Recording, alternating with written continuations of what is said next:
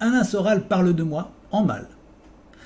Alors lui qui aime donner des leçons notamment politiques, dit-il, lui qui aime à dire que l'un est naïf, l'autre un imbécile, eh bien je vais lui donner, moi, en ce temps béni de la Nativité, en ce Noël 2020 qui semble l'un des derniers que nous ayons à vivre, quoique sans aucun doute nous ayons encore un immense avenir devant nous, quelques aimables leçons de tempérance, de prudence et d'espérance. Écoutons d'abord ce qu'il dit. Que pensez-vous de monsieur Rémi Daillé-Widman qui lance actuellement un coup d'État et donc c'est une personne qui a la foi catholique, voilà, qui a des valeurs traditionnelles de la famille, etc. Et d'après ce que j'ai vu sur lui, il est totalement sincère. Donc ça fait des années qu'il critique énormément le système, ce genre de choses. Donc je voulais savoir votre avis et si vous allez le relayer. Et voilà, parce qu'il fédère pas mal de monde, il arrive à organiser. Les Gilets jaunes l'ont rejoint. Et donc voilà, je voulais savoir si vous alliez le promouvoir aussi sur votre site pour le faire plus connaître et pour que le coup d'état puisse avoir lieu. Merci, bonne journée, au revoir. Bah là, je vais être obligé d'être un peu méchant. Il faut être particulièrement naïf, voire stupide, pour me poser cette question. Vous pensez bien que quand on prépare un coup d'État, on poste pas des vidéos sur YouTube. Pour ça, il faut être en contact avec la haute hiérarchie des corps constitués, hein, police, armée et autres. Et ce monsieur est bien gentil, ce qu'il dit, je pourrais l'écrire aussi, mais je dirais, c'est un naïf et un mythomane, un peu comme l'était d'ailleurs monsieur Fiori qui vient de se faire arrêter d'ailleurs. Mais alors, si vous réfléchissez bien, quand vous faites ce genre de vidéos sur YouTube, eh ben, la police qui les laisse, parce que normalement, le mec devrait se faire arrêter, comme j'ai été arrêté moi pour atteinte à la sûreté de l'État, et son compte YouTube supprimé, comme mon compte a été supprimé. Donc, si on le laisse faire, là, je vais vous donner une petite leçon d'intelligence politique, parce que c'est un peu grave comme question, là, c'est pour que les gens comme vous, la police puisse en faire la liste. Hein, c'est-à-dire que tous ceux qui vont voir, qui répondent, qui essayent d'agréger avec ce monsieur, eh ben, ça permet à la police d'État de vous lister. Hein. Et puis à un moment donné, ben, voilà, vous êtes sur la liste des gens qui aimeraient qu'il y ait une révolution, qui pourraient bouger, donc vous êtes déjà cuit. Voilà, hein.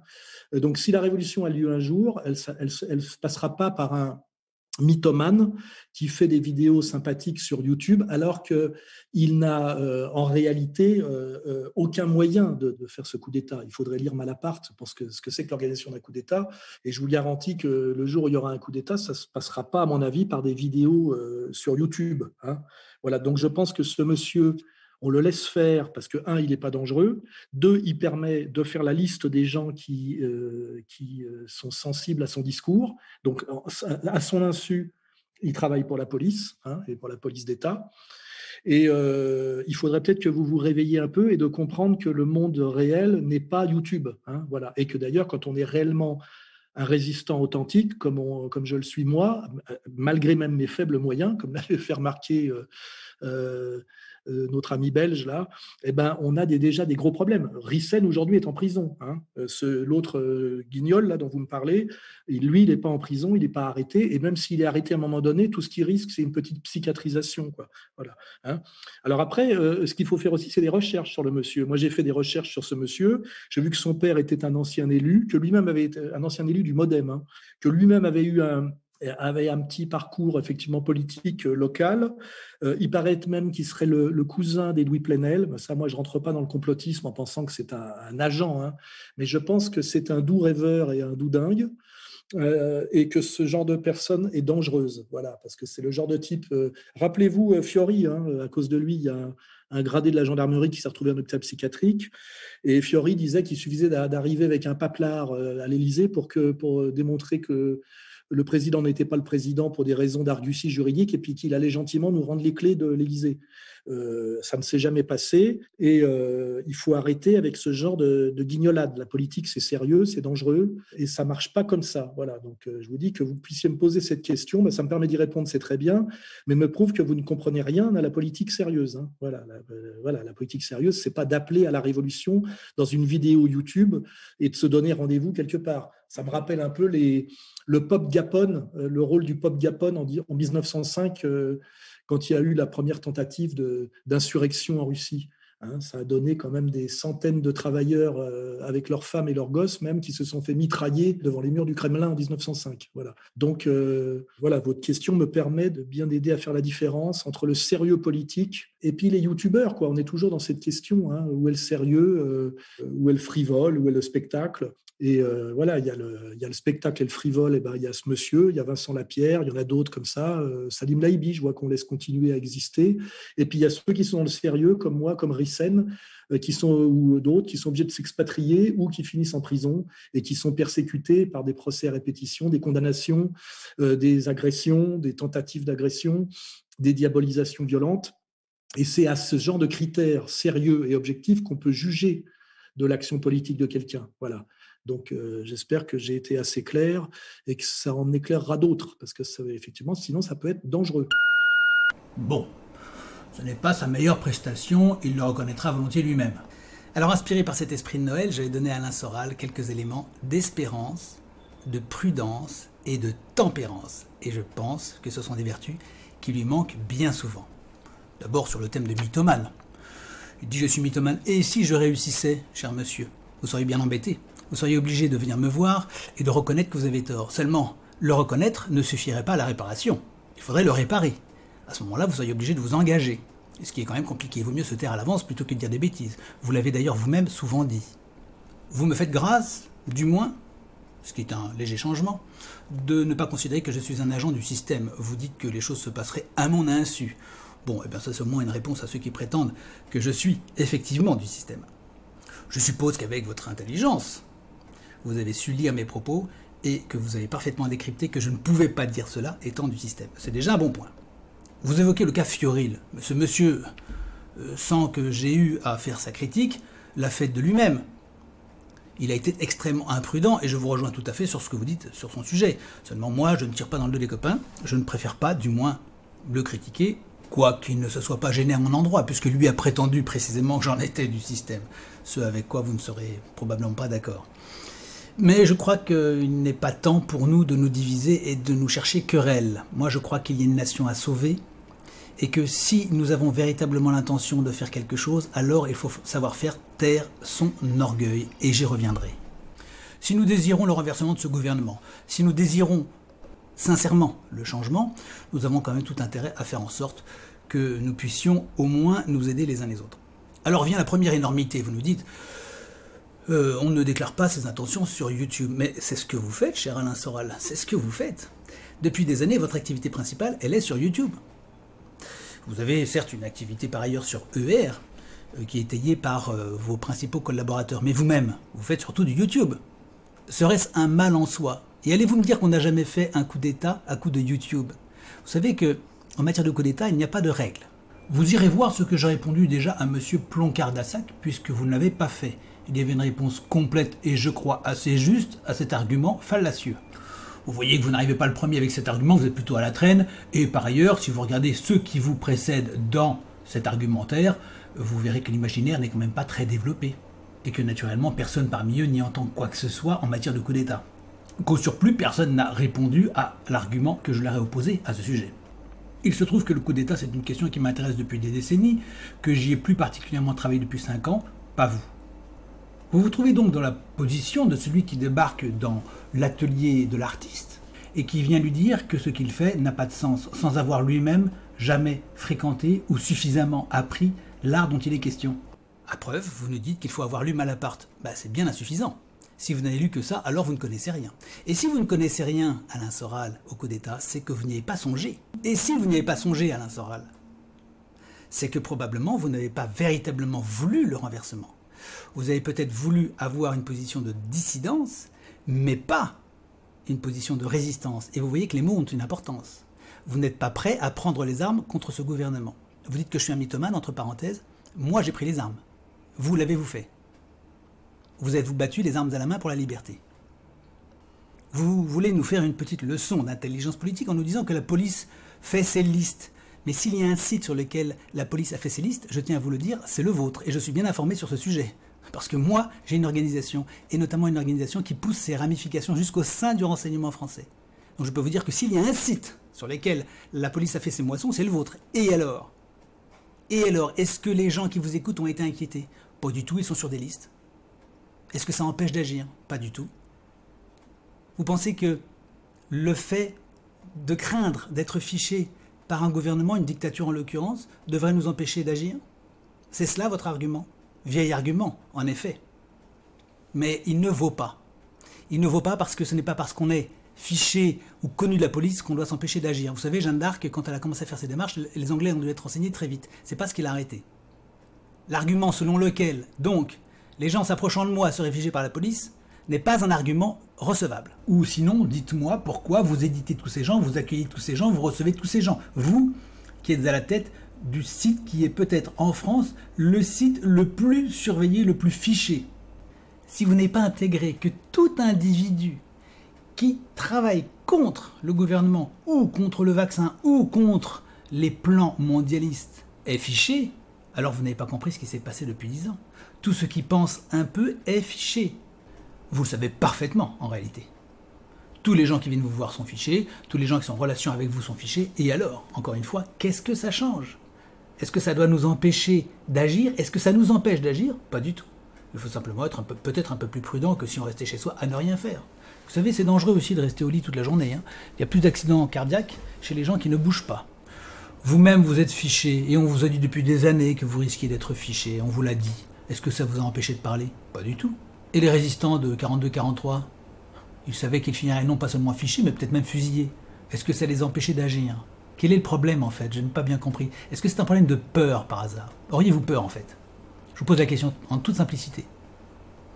La police ne va pas mettre en prison 30 000 personnes pour visionnage de vidéos sur YouTube. Vous voyez, ça c'est aussi une idée qui est très répandue chez certains conspis, pas des plus brillants, il faut le dire. Et quand bien même ces milliers de personnes s'engageraient à faire sauter la boutique, je ne vois pas bien ce que la police pourrait y faire, à part de faire des fiches. Je vous signale, au cas où vous n'auriez pas bien suivi les événements, que la destruction de l'humanité est programmée. Ce n'est pas simplement son fichage. Nous sommes en train de parler de destruction, notamment par la vaccination, entre autres. Si vous pensez que le fichage est le problème, je pense que vous n'avez pas tout à fait compris ce qui se passait. Et je crois que vous en savez plus en réalité. Vous savez quel est le danger mortel qui plane sur l'humanité.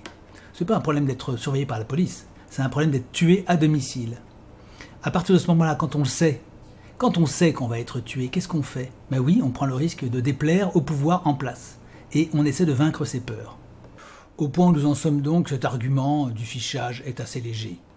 Et pour tout dire, c'est un argument naïf et stupide, pour vous retourner ces deux compliments. Vous nous dites que je dois être nécessairement en contact avec les corps constitués. Or, vous m'avez dit que j'étais un mythomane. Il faut le savoir. Soit je suis un mythomane, soit je suis en contact avec les corps constitués. Or, vous avez dit que la police agirait à mon insu. Alors, il faudrait savoir, soit c'est à mon insu, soit je suis au contact des corps constitués et je fais des listes ou j'aide la police à faire des listes. Il faut faire un choix dans votre analyse. Et là, je regrette que vous ne soyez pas allé voir les réponses que j'ai faites à toutes les questions qui m'ont été posées, questions du genre de celles que vous posez.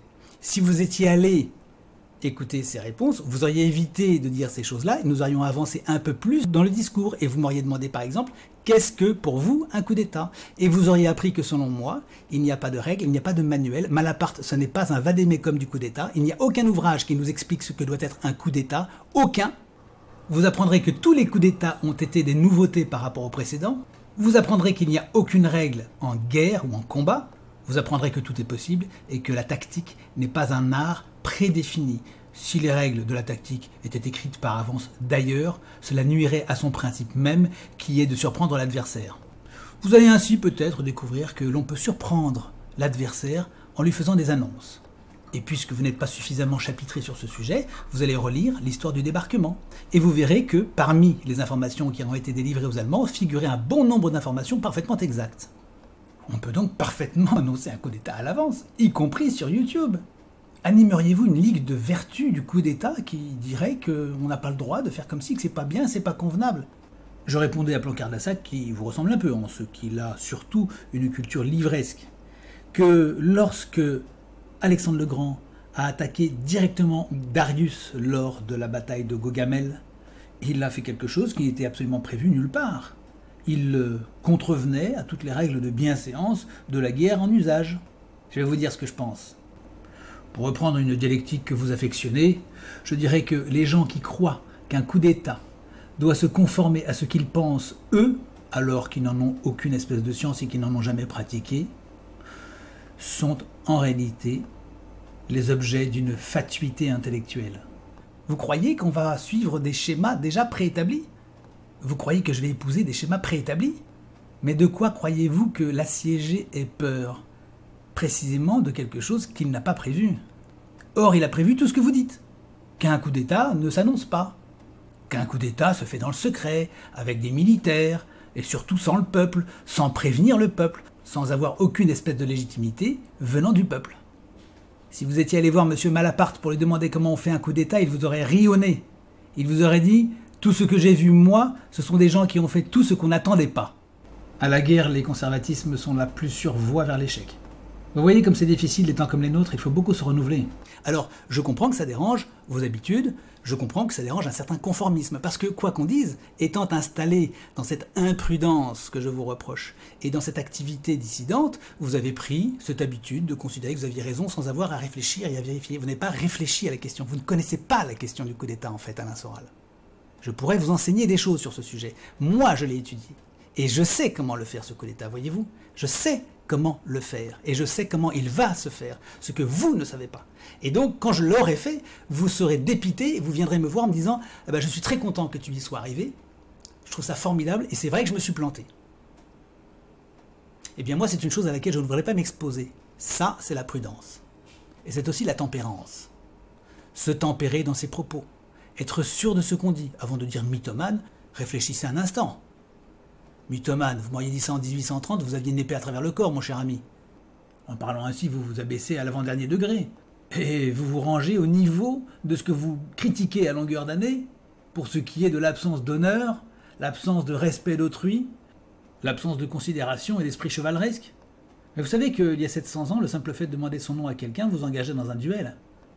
Je crois en fait que nous ne vivons pas tout à fait dans le même monde, du moins, vous vivez dans ce monde-là, d'aujourd'hui, qui est tombé si bas, et moi je crois que j'essaie de maintenir un monde où il y a tout de même encore un petit peu de ces hommes qui ont fait la civilisation, et qui ont un minimum de respect, ou qui ont au moins un peu de prudence, de quant à soi, quand ils sont dans l'ignorance de la personne à qui ils ont affaire.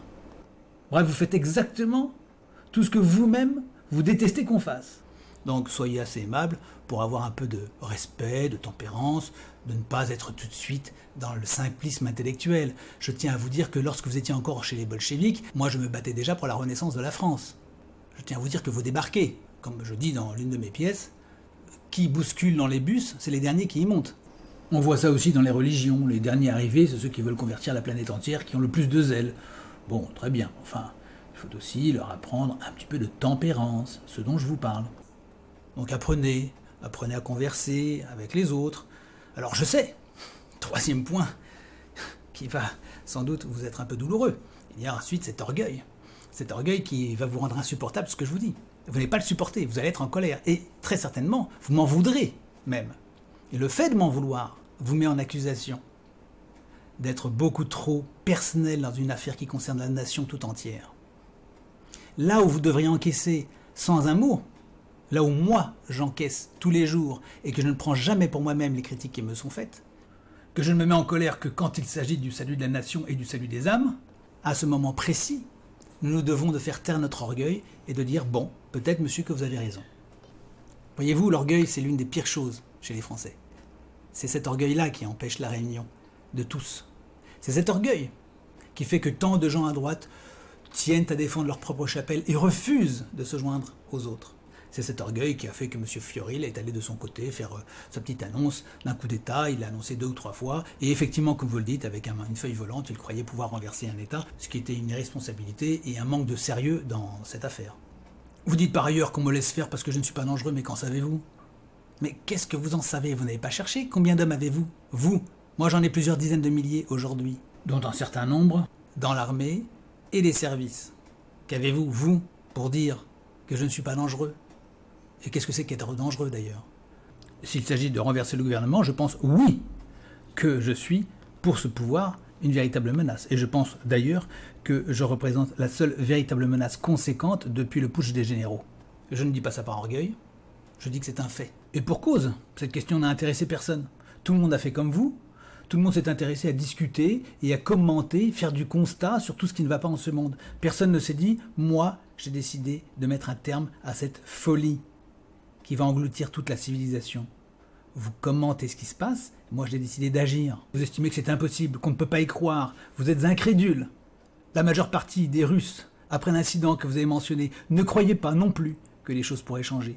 La majorité des Tunisiens, avant la chute de Bourguiba, ne pensaient pas que les choses pourraient changer. La majeure partie des gens qui vivaient au temps de l'occupation ne pensaient pas que les Allemands seraient vaincus. La plupart des gens ne pensaient pas non plus que De Gaulle ferait son coup d'État en 1958. Et oh combien les Français se refusaient à croire qu'ils seraient délivrés des Anglais au temps de la petite bergère de Don Rémy. Ah oui, c'est sûr, ça ne se fait pas comme ça. Quiconque y croit est un uluberlu, quiconque y croit est un agent du système, quiconque y croit est un illuminé, quiconque y croit est là pour vous amener des ennuis, quiconque y croit est un imposteur, est un mythomane. Comme on se paye de mots, comme c'est facile tout ça. Et comme il me serait facile à moi aussi de vous juger tous autant que vous êtes. Commentateurs, juges, opposants au système qui, ayant vécu ce qu'ils ont vécu, pensent que leur aventure est en soi un comble. Et ayant véritablement vécu des difficultés avec la police française en l'occurrence, croient que les choses ne peuvent pas aller autrement que ce qu'ils en ressentent. Leur conviction sur le sujet est l'alpha et l'oméga de la question. Il n'y a rien d'autre à en dire. Et la preuve en est que, au lieu d'être allé regarder précisément le plan que j'avais, celui-ci n'est même pas évoqué. C'est le principe même que j'amène qui est remis en cause. C'est une facilité intellectuelle, en fait, qui consiste à considérer les choses telles qu'on les a vécues et pas autrement. C'est l'incapacité à voir comment les choses pourraient se passer avec une vision totalement différente et d'autres postulats. C'est drôle parce que Alain Soral, qui est un critique de la doxa, est lui-même dans une doxa qui établit, qui définit ce que doit être une opposition au système. Et il se laisse entraîner, dans son élan, à juger d'une attitude qu'il n'a pas étudiée, qui est celle du renversement, tout simplement le renversement de la table. Lui, il est très fort pour discuter autour de la table, mais il n'imagine pas qu'on puisse renverser la table. Moi, je le fais. Et moi, je le propose. Parce qu'en réalité, c'est la révolution que je veux renverser. Vous savez, la révolution a été le premier moment de l'histoire qui a détruit le trône au lieu de l'assaillir. Jusqu'ici, tous les tyrans, tous les nouveaux chefs, tous les nouveaux rois, tous les nouveaux envahisseurs prenaient le trône. Mais la révolution a détruit le trône. Elle l'a renversé. Et elle en a installé un autre. Eh bien moi, c'est celui-là que je renverse. Je ne glose pas, je ne pérore pas, je ne perds pas mon temps en discutaille. Je dis, il faut renverser ce trône de la révolution. Ce trône luciférien en réalité. Voilà, je vais droit au but et pas d'histoire. Je coupe le nœud gordien. Je ne discute pas du sujet, ça ne m'intéresse pas de discuter de ça. Et ça, c'est imprévu. Non seulement c'est imprévu, mais à ce moment-là, ça rend vaine la discussion autour de la table. Et donc, par conséquent, effectivement, ça peut déranger. Et pendant ce temps, constatant bien que le monde continue à s'écrouler, plus disert sur le camarade de combat que dans la critique du système. Bon, je ne parle pas forcément de vous en l'occurrence, puisque vous passez un certain temps à critiquer le système. Mais voyez-vous, ce n'est pas encore suffisant. C'est bien, c'est préparatoire à autre chose, en effet. Et vous avez dit vous-même que vous ne voudriez pas être d'une action politique ou d'une action physique. Très bien, mais ne disqualifiez pas les autres. D'ailleurs, avouez-le, vous seriez ravis que nous réussissions. Par conséquent, si vous pouvez mettre de côté un peu votre orgueil, aidez-y. Ne dites pas « je ne servirai pas ». Ceci, c'est une autocondamnation. Ben oui, c'est un manque d'espérance. Vous ne croyez pas, en réalité, qu'on puisse changer les choses. Et en fait, quand on écoute votre discours, qui est, je le répète, souvent juste, il y a ce manque qui est colossal, cette absence énorme d'espoir, de véritable espoir, et pas seulement d'espoir, mais aussi de moyens donnés pour que cet espoir ait des raisons d'être. Absence d'espérance donc, qui vient de blessures lointaines et d'une habitude de voir tant de mal et de gens vous heurter, vous attaquer. Par conséquent, vous désespérez d'un monde meilleur, vous désespérez de gens bien, vous n'en voyez pas assez autour de vous. Peut-être même que vous les chassez par votre manque d'aménité. Et n'ayant pas la foi, eh bien, il n'y a que du mal finalement. C'est la nature même du monde, c'est d'abord du mal. Et vous en faites toute une étude, parfois assez à droite d'ailleurs. Comme beaucoup, vous ne croyez pas que les choses pourraient s'arranger de cette manière. Vous ne le pensez pas. Vous dites qu'il y aurait une résistance authentique à faire ce que vous faites. Mais en quoi ceci empêcherait le système de progresser, dites-le-moi. En aucune façon. Je ne veux aucunement attaquer votre travail. Ce n'est pas l'objet de ma communication. Je réponds simplement à ce que vous me dites, qui est une attaque personnelle. D'ailleurs, n'avez-vous pas dit souvent qu'on n'allait jamais vous chercher sur le fond et qu'on vous attaquait personnellement? C'est précisément ce que vous êtes en train de commettre. Vous voyez, moi aussi je peux dire comme vous jadis, personne ne vient me chercher sur le fond, personne ne vient me contester sur le fond. Personne, en fait. Il n'y a que des attaques du type mythomane, ou vous serez fiché, ou encore vous allez amener le pouvoir à sévir davantage, ou le régime disparaîtra de lui-même si nous prions très fort, ou les protestations publiques font le jeu des partisans de la ligne dure du Politburo, hein, ça aussi. Vous voyez, tout ça, c'est ce genre d'argument, c'est ce que Bukowski énumérait assez brillamment. C'est ce que j'appelle les arguments pour ne rien faire. Faire un coup d'État, c'est risquer tout l'enjeu, il faut se cacher. Quand viendra le moment décisif, alors là, oui, on pourra, mais en attendant, camouflons-nous. Ou alors, plus ça ira mal, mieux ce sera. Il faut pousser sciemment toutes les inepties du régime jusqu'à l'absurdité, jusqu'à la barbarie. Tant que la coupe ne débordera pas, le peuple ne comprendra pas ce qui se passe. Ou la France est un pays d'esclaves. Jamais les Français n'ont eu de démocratie. Ils n'en auront jamais. Ils n'en sont pas capables. Ce n'est même pas la peine d'essayer. Avec notre peuple, on ne peut pas faire autrement. Et tutti quanti. Tout ça, ce ne sont pas des arguments de fond. Ce sont des excuses pour ne pas faire les choses. Et là, vous avez failli. Vous voyez, vous qui aimez le jeu intellectuel, vous avez refusé de rentrer dedans et vous avez failli par là. Hein, ce que vous détestez chez les autres, ce que vous critiquez chez les autres, vous détestez qu'on vienne vous attaquer sur le plan personnel et vous dites « personne ne m'a vaincu sur le fond des idées », mais vous faites la même chose. Vous attaquez sur le plan personnel en disant « je suis un mythomane », mais vous refusez d'entrer sur la discussion de fond qui est « faut-il, oui ou non, faire un coup d'État ?» Vous n'en avez pas parlé une seule seconde. Or, c'est ça le sujet, c'est là l'enjeu. Il n'y a pas d'autre solution. Je l'ai dit, nous n'avons pas le choix. Par conséquent, qu'est-ce que vous opposez à cet argument? Y a-t-il un choix? Dites-moi que je me trompe. Dites-moi qu'il y a une alternative à cela. Vous ne le dites pas. Ce que vous faites, c'est l'attaque personnelle, du procès facile. Vous voyez, Alain Soral?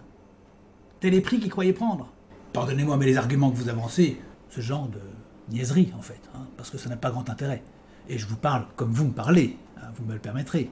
Après tout, c'est la règle de politesse de s'adresser à autrui dans son langage. Et même mieux, grâce à vous, à votre corps défendant, le système peut sévir, peut censurer et peut jeter des gens en prison. On peut ainsi dire que probablement Hervé Ryssen n'aurait jamais été en prison si votre site ne l'avait pas mis en valeur. Je ne vous en accuse pas, loin s'en faut, parce que je rejoindrai en ce cas votre propos en disant « cela nous amène des ennuis ». Non, je pense que vous avez bien fait, vous avez fait un très bon travail avec EER, vous avez fait un travail qui a permis de développer beaucoup d'idées, de répandre beaucoup de choses dans un public qui n'était pas averti. Cela entraîne des conséquences, il faut en être conscient. Je ne suis pas de ceux qui vous reprochent de mettre en danger les auteurs que vous hébergez. Je pourrais bien être de ceux qui vous reprochent de vous séparer peut-être un peu trop vite de gens qui avaient une certaine qualité pour des raisons personnelles, ce qui est très dommageable à la nation. Et toutes ces attaques personnelles sont la preuve même d'une absence d'esprit résistant, et au contraire d'un esprit clanique, tribal, contre lequel je dois moi me battre tout le temps. Se battre systématiquement contre les critiques qui sont adressées les uns aux autres, ce qu'on ne voit pas dans certains pays où les gens ont au moins la décence de ne pas attaquer leurs compatriotes. Au regard de ce que nous sommes en train de vivre, je trouve au moins assez téméraire, pour ne pas dire irresponsable, de pouvoir s'exprimer de manière aussi hasardeuse, sans rien savoir. Et simplement parce que vous en avez ce ressenti de surface. Ça me fait penser à ces gens qui disent « Oh, faut pas faire l'école à la maison parce que le petit va être désocialisé, c'est la tarte à la crème, c'est l'idée reçue. » Et bien de la même manière, vous arrivez avec ces idées reçues. « Oh, si vous parlez d'un coup d'État, vous allez être fiché. Oh, un coup d'État, ça s'annonce pas à l'avance. » Mais que de poncifs! Mais pour l'amour du ciel, faisons-nous la laine fraîche. Changer un peu de discours, essayer de changer de regard, essayer de voir les choses avec un peu de nouveauté. Tout ça est un peu trop installé, tout ça est pour ainsi dire un peu trop bourgeois. Alors comme vous exhortez à se réveiller un peu, je vous le dis, moi, et je le dis à votre public, oui, il faut se réveiller un petit peu et sortir de cet esprit Louis-Philippard. Et considérer les choses telles que vous les considérez est quand même assez paresseux, il faut le dire entre nous. Hein. Creusons-nous un peu la tête. Essayons de voir comment est-ce que les choses pourraient se passer. Réfléchissez un petit peu, vous voyez, comme un petit enfant, là, comme celui qui me parle pour l'instant, et qui a un esprit tout à fait à l'éveil et qui accepte tout ce qu'il voit, il entend, avec une innocence parfaite. Et il cherche la voie des choses, il essaie de comprendre. Essayez d'en faire autant. Ayez l'innocence des petits-enfants.